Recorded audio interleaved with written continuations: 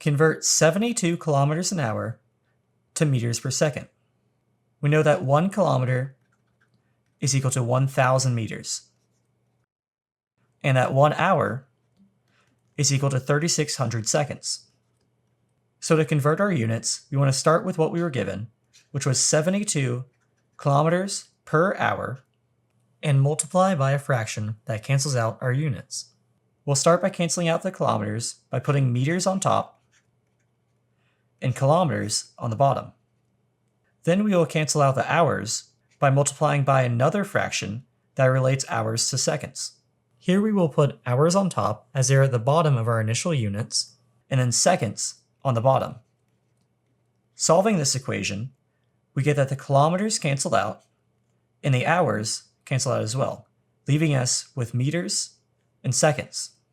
This gives us that 72 kilometers an hour is equal to 20 meters per second.